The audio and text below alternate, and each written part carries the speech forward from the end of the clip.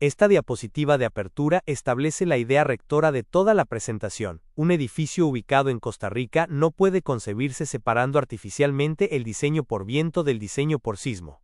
El problema real de ingeniería consiste en desarrollar un sistema resistente lateral que satisfaga simultáneamente exigencias de servicio muy severas ante viento frecuente y exigencias de seguridad estructural ante eventos sísmicos extremos. En términos conceptuales, la estructura debe limitar desplazamientos, vibraciones y daño no estructural bajo viento, pero también debe poseer suficiente capacidad de disipación de energía y ductilidad global para admitir incursiones inelásticas controladas durante un sismo intenso. Ese balance entre rigidez, resistencia, regularidad y detalle constituye el eje central del diseño integrado. Aquí se presenta la lógica del desarrollo técnico. Primero se explica la diferencia fundamental entre la filosofía de diseño para viento y para sismo, porque ambas acciones laterales responden a objetivos de desempeño distintos. Después se ubica la discusión dentro del Código Sísmico de Costa Rica 2010 y sus lineamientos complementarios, especialmente en lo relativo a ductilidad global, espectro sísmico, combinaciones y control de desplazamientos. Con esa base la presentación avanza hacia criterios prácticos de proyecto, selección del sistema lateral, modelación, compatibilización, rigidez, ductilidad y verificaciones críticas que deben acompañar el diseño estructural de edificios sometidos a ambas acciones. Esta lámina resume una de las tensiones más importantes del diseño lateral.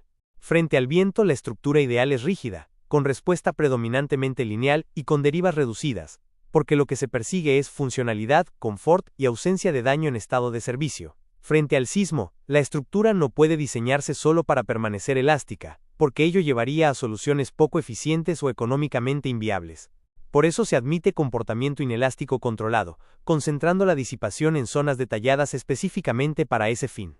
La conclusión técnica es que un buen edificio no es simplemente rígido ni simplemente flexible, es un edificio con rigidez bien distribuida y ductilidad jerarquizada. En esta sección se explica por qué el Código Sísmico de Costa Rica tiene una lógica particular respecto a otros marcos reglamentarios.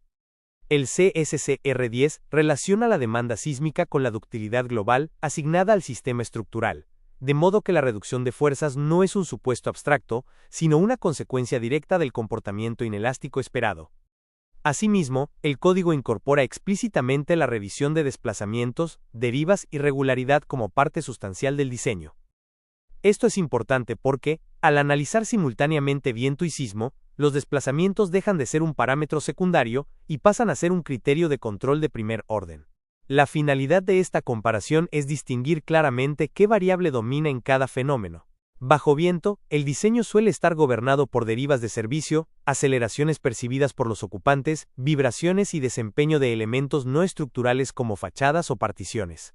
Bajo sismo, el énfasis se desplaza hacia la capacidad de disipar energía, la estabilidad global, la formación de mecanismos dúctiles y la prevención de colapso.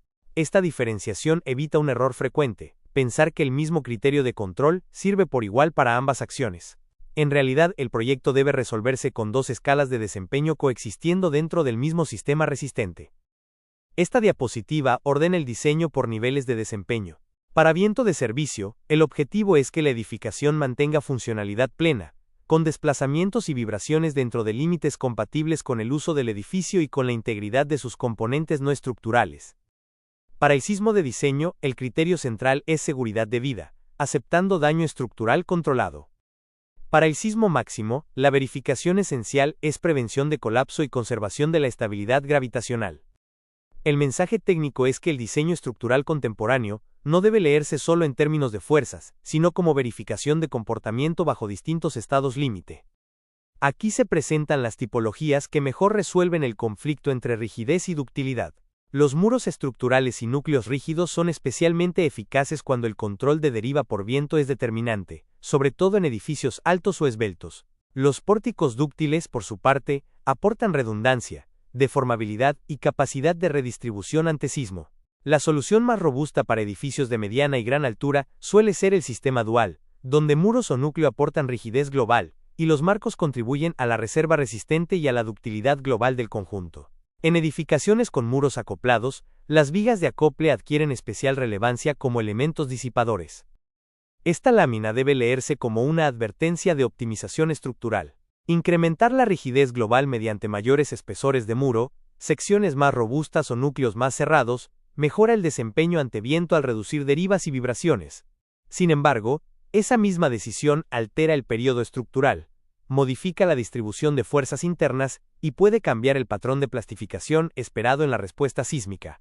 Por ello, el diseño no puede basarse en sobredimensionar indiscriminadamente. La ingeniería más eficiente es aquella que coloca material y rigidez donde resultan verdaderamente necesarios para controlar servicio, sin perjudicar la ductilidad y la jerarquía resistente que exige la respuesta sísmica. Esta diapositiva resume una metodología profesional de proyecto. El proceso comienza con la definición rigurosa de amenaza, zona sísmica, tipo de suelo, exposición al viento y categoría de importancia. Luego se selecciona el sistema resistente lateral en función de altura, arquitectura, regularidad y eficiencia estructural. Después se desarrolla el modelo tridimensional con representación coherente de masas, rigideces y diafragmas. A partir de allí se ejecutan las verificaciones de servicio por viento y las verificaciones de resistencia y ductilidad por sismo. En estructuras relevantes, altas o irregulares, la práctica recomendable es cerrar el diseño con una revisión avanzada del comportamiento inelástico y de la estabilidad global. En esta parte se enfatiza que el cumplimiento formal de esfuerzos internos no garantiza por sí solo un desempeño adecuado.